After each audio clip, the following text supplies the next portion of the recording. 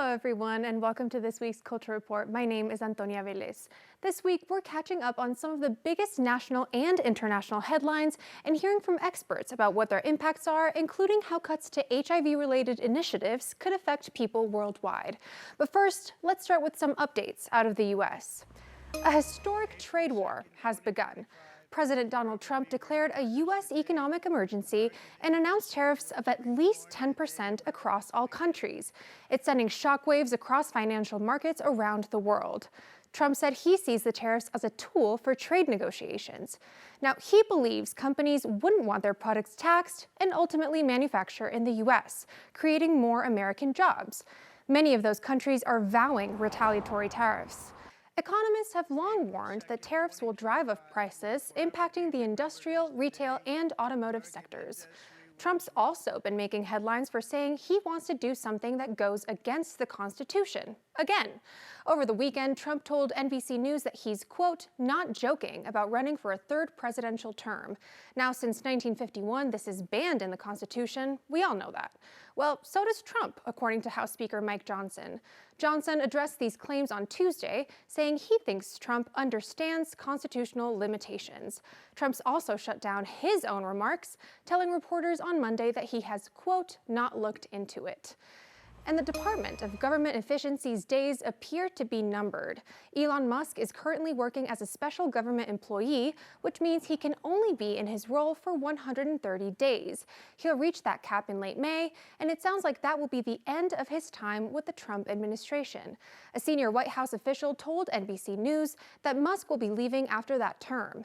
As far as Doge itself, there's not a clear timeline for when it will be closed down, but there are signs that it's winding down, like some employees being transferred to other federal agencies.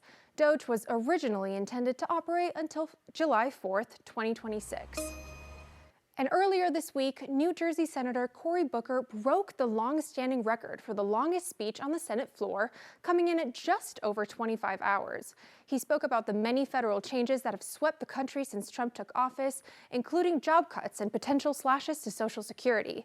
Now, there's a lot to talk about here, but we couldn't talk about Booker's record-breaking speech without mentioning who he took that from: Strom Thurmond. Now, 68 years ago, Thurmond spent 24 hours and 18 minutes speaking out against the Civil Rights Act of 1957. We talked to a political science professor at DU who says that if Thurmond had his way, Cory Booker may not have had the opportunity to be a senator today. The Civil Rights Act happened because people stood up to people like Senator Thurmond and segregationists who wanted to keep that system in place. And so he used it kind of as a foil to say the way that Democrats need to push back against the current administration is similar. Another important element of this speech is why Booker did it. Before speaking, Booker took to TikTok saying he wanted to disrupt Senate proceedings. Professor Chen said functionally, Booker's speech didn't delay anything critically important, but it did mark a potential shift in how Democrats proceed from here. And I doubt that it will be the only kind of instance of Democrats sort of standing up and acting in a way that is not sort of within the normal bounds of debate and discussion, simply because I think there is real desire from Democratic activists and Democratic voters for some kind of response from elected Democrats, and this might just be that first sign that says, all right, this is what we need to do. We need to be more vocal. And the Trump administration's goal of cracking down on deportation is reaching college campuses across the country. Over the last several weeks, the administration has attempted to remove several non-citizens from the country for participating in campus protests that the government deems anti-Semitic and sympathetic to the Palestinian militant group Hamas. U.S. State Secretary Marco Rubio said that around 300 student visas had been revoked, including 10 students in Colorado. Rubio claimed the U.S. has the right to rescind the visas of students who participate in campus protests, despite First Amendment and due process objections. It's not clear whether the University of Colorado or Colorado State students impacted were involved in campus protests. And this week, ICE officials are admitting they made a, quote, administrative error in deporting a 29-year-old father from Maryland with protected legal status to a prison in El Salvador. Kilmar Armando Abrego Garcia was arrested in March at the end of his work shift. Despite recognizing there was an error, the Trump administration said it's against returning him to federal custody in the U.S. due to lack of authority in El Salvador and alleged gang ties. Abrego Garcia's lawyer said the U.S. government has not shown evidence to support gang affiliation accusations. Now, this comes after more than 200 Venezuelans accused of gang ties were deported to El Salvador last month under the centuries-old Alien Enemies Act invoked by Trump. And now we're learning more about how immigration officials decided who to deport. In a federal lawsuit accusing Trump of unlawfully invoking that act, the ACLU included a copy of a guide with instructions about how to determine whether someone is a member of the Tren de Aragua gang. The document contains a scorecard type of checklist with 6 categories that looks for things including hand gestures and tattoos. According to the guide, a score of 8 or higher can mean people are, quote, validated as members of TDA and could be deported after consulting with a Department of Homeland Security supervisor or legal advisor. A tattoo denoting membership or loyalty to TDA is worth 4 points. I asked Rona Rizquez, a Venezuelan journalist and Tren de Aragua expert, if there are things that can determine whether a person is a TDA member. Los tatuajes no determinan que una persona haga parte del Tren de Aragua y tampoco símbolos con las manos. En el caso del Tren de Aragua no creo que haya como elementos fáciles de identificación a simple vista. Este tiene un tatuaje o este hizo tal código, por eso es Tren de Aragua. Yo creo que tiene que haber una investigación un poco más profunda. Rizquez told me that many people in Venezuela are coming out and saying that family members or people they know who were deported to El Salvador do not have any ties to TDA or any gang. The Trump administration's efforts to shrink the federal government and cut government spending is impacting public health. The administration is expected to cut about 10,000 full-time jobs across the Department of Health and Human Services. Some of the agencies included in the cuts are CDC, the FDA, and the National Institute of Health. Health experts say the cuts include divisions responsible for tackling cancer research and improving minority health. It's part of a wider plan by the new health secretary, Robert F. Kennedy Jr., to reshape the federal public health sector. Now, this is all happening as the Trump administration also cuts funding for dozens of HIV-related research grants. These cuts are on top of previous slashes to USAID funding used to help manage HIV beyond just the U.S. Additionally, officials are reportedly considering the elimination of the CDC's HIV office and its funding, most of which goes to state and local health departments and community-based organizations, as CNN reports. I sat down with 9 News medical expert Dr. Payal Kohli to discuss how these cuts could impact lives and future health research. All right, Dr. Kohli, thank you so much for joining us today. This is such an important conversation, so I appreciate your time. Yeah, it's really important. I mean, it has all the physicians on the edge of their seats looking at really what the impact is going to be. Right, and that's exactly what I want to start with. So we know that the Trump administration has cut dozens of, studies and grants that focus on HIV. As a medical professional, why is this concerning? What does this mean for the people who already have HIV or who are at risk? I am concerned because the fight against HIV, I feel like we have been winning more recently, and these funding cuts may hurt us in the sense that we may start now losing that fight. We still don't have a cure for HIV. We've learned how to turn HIV from a deadly diagnosis into a chronic illness, but I still think we have work to do. And if you think about all the people out there that have HIV right now, the impact would be tremendous. I mean, we're talking about impact on access to treatment and therapy. So a lot of people actually rely on government support organizations to pay for their antiretroviral meds. And we know because HIV lives inside your body all the time, you need those medications to keep the infection at bay. So I'm worried that some people will lose access to the antiretroviral therapy. I think the stigma around HIV, which had started to abate because we had now turned it into a chronic disease, is now going to start to wake up again because of these funding cuts, with people having less support services, people having less education around HIV, and people really understanding less that HIV is not something that's contagious that you can catch just by sitting next to someone. Those types of educational messages, I think, will start to get lost. And I do think that the people that have HIV or the people that are at risk for HIV, the preventive efforts may also get impacted. The data tells us that 13% of Americans that have HIV don't know that they have HIV. Right. And so you're talking about, those types of patients walking around out there infecting others. And if you don't have access to post-exposure prophylaxis, pre-exposure prophylaxis, those preventive meds, that would be huge as well. And I think that something that's also very crucial in this is the communities that are more at risk of being infected.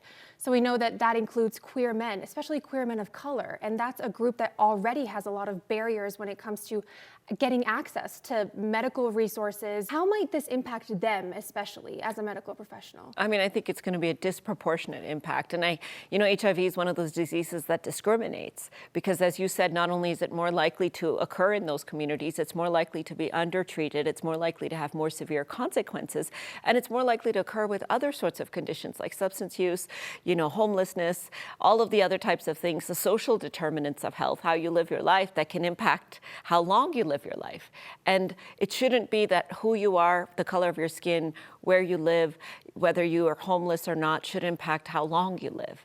And yet I worry with these types of funding cuts, that's what's going to end up happening because those are the people that are going to experience a disproportional decrease in access. It's not going to be the wealthy, insured people that have access to medications and access to doctors. And already, if you think about the wait list for many doctors out there, I mean, the lists are huge. And if you're living with HIV, you need to get in to see your doctor on a regular basis to get your viral load, your CD4 count, all of those blood tests checked to make sure the HIV is behaving itself. Right. And if you start doing funding cuts, I mean, that's going to mean less doctors' offices are available to provide support to these types of communities. With that, the NIH told CNN that a lot of these cuts had to do with Trump's executive order that has to do with cutting things that don't necessarily go along with the American people's best interests or that have a lot of money allocated to them that leads to a lot of spending. What would you say to that? Well, I would say that the people that are arguing for the cuts are arguing for them because they're saying we're in the best place we've ever been with HIV. We've turned it into this chronic illness, and now is the time to think about peeling back the funding, strike while the iron is hot. But I think that's a bit of a short-sighted view because it's not just America in isolation. We're really talking about the global impact of HIV and thinking that just because it's in Africa or it's in other parts of Asia, not here in the US, doesn't affect us, I think is the wrong way to think about it scientifically. Because if you think about HIV running amok in sub-Saharan Africa, which might happen as a result of these funding cuts, that means you're getting more viral resistance. So those antiretroviral meds that we're using in our Americans may start working less effectively because it's telling the HIV to evolve so that it starts getting resistance to those meds because the more the infection spreads, the more it mutates, the more it evolves. So I do think that it's a short-sighted way of looking at things because even though the impact of HIV in America is less than it is in other parts of the world, this really is a global health problem. And we all need to work together. And it's one of those diseases that I call the great unifier because it's actually brought together many countries, made us think about globally how to address this epidemic rather than just focusing on the United States. And so I think this particular perspective is a bit of a step backwards. Absolutely. And I was going to ask you about the global impact. We know that there's already been impacts in centers in sub-Saharan Africa, for example, that have been affected by suspensions and pauses to aid. What does this mean for global research moving forward? Can this have a ripple effect for other research regarding other diseases? Very much so. In fact, I think HIV was one of those diseases scientifically that taught us so much about the immune system, about vaccines, about stem cells, about all these different types of scientific questions that didn't just help inform HIV, but actually helped inform vaccine development in other areas, helped inform how we think about immune diseases and autoimmune diseases, how we think about chronic infections, even heart disease, actually. HIV has taught us a lot about heart disease. So I think the fact that HIV funding is going to get cut is going to have a huge impact on many other aspects of scientific research. And I think globally, unfortunately, we're going to see more and more people now developing AIDS, dying of AIDS, and dying of many of the complications of AIDS. Again, that could impact us as Americans, including tuberculosis, including other multi-drug resistant infections, including cancers that occur when you're immunocompromised. So you're actually waking up a whole host of diseases that we had sort of gotten control of if you let HIV start to progress to end-stage AIDS, because then you're talking about TB being more aggressive, you're talking about Kaposi's sarcoma being more aggressive, a lot of the other conditions that go with end-stage AIDS. So I'm really worried about the impact of this in the long term. Could we dial back the funding for HIV? Probably a little bit, but I think these types of dramatic cuts are really going to impact not just us here in the United States, but people all across the world. Absolutely. What, if anything, can people who already have HIV do now moving forward? I think it's really important to be proactive because we don't yet know as physicians and as the medical community how this is going to impact clinical care, how this is going to impact research, how that's going to impact access to medications and prevention programs. So I would say the first step, if you have a doctor, talk to your doctor about how you can continue to sort of protect yourself, whether it's because you're, sexually active queer man who might have a high risk of exposure, or because someone who's already chronically infected who needs to think about sort of staying on top of their risk prevention. Because the last thing you want to do is play catch up, is fall behind, and you don't know what's coming. So I think the first step is to really sit down and talk to your doctor. The second step, I would say, is really try to get involved in some of the advocacy groups and the support groups, because creating a community around HIV is going to not just help on an individual level, but I think it's going to help moving forward in people really recognizing, even if they don't have HIV, that it is a problem that can affect all of us in many different ways, and we all need to put our support behind it. Absolutely. Dr. Payal-Kohli, thank you so much. Thank you. All right, now let's move on to some international headlines. In East Asia, the death toll from the earthquake that hit Myanmar has surpassed 3,000 people as search and rescue teams find more bodies. Local officials say nearly 5,000 people were injured and more than 200 are still missing. The 7.7 quake near Myanmar's second largest city brought down thousands of buildings, buckled roads, and destroyed bridges. It took a deadly quake to put a pause on fighting on the ongoing civil war. In 2021, the military seized power from the elected government, sparking an armed resistance. The government lost control, and much of the country is too dangerous for aid groups to reach.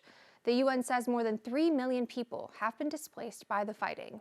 And in the Middle East, the Israel-Hamas war has reignited since the end of the first phase of a ceasefire plan that is now obsolete. Israel has resumed deadly airstrikes and promised to escalate its war with militant group Hamas until they return dozens of hostages, disarm, and leave the territory. The Israeli Minister of Defense announced it would expand military operations to seize land in Gaza. The re-escalation has triggered protests in Israel, with many fearing for the safety of hostages and pleading for another ceasefire and exchange with Hamas.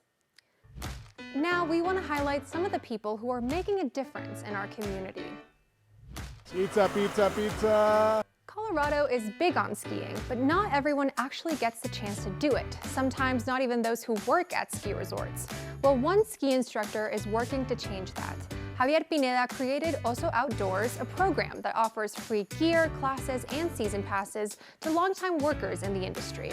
Wanting to diversify the slopes, he also teaches in Spanish, as he knows that language barriers can prevent people's participation. You can find Mark Salinger's full story about this on 9news.com. And nominees for the 2025 James Beard Awards were announced, and 6 Colorado chefs and restaurants made the list. The chefs nominated include Josh Nierenberry from Bin 707 in Grand Junction, Carolyn Nugent and Allen Ramos from Poulet Bake Shop in Parker, McLean Hedges and Mary Allison Wright from Yacht Club in Denver, and Penelope Wong from Yuan Wonton in Denver. The other 2 restaurants nominated are Frasca Food and Wine in Boulder and Alma Fonda Fina in Denver. And the next generation of Colorado artists have just opened a new exhibit in Golden that challenges stereotypes about Native American art. Danielle C. Walker is the person behind the new exhibit. She said the stories they're telling with their art are about their grandmothers, their life on the reservation, and about the food that they eat.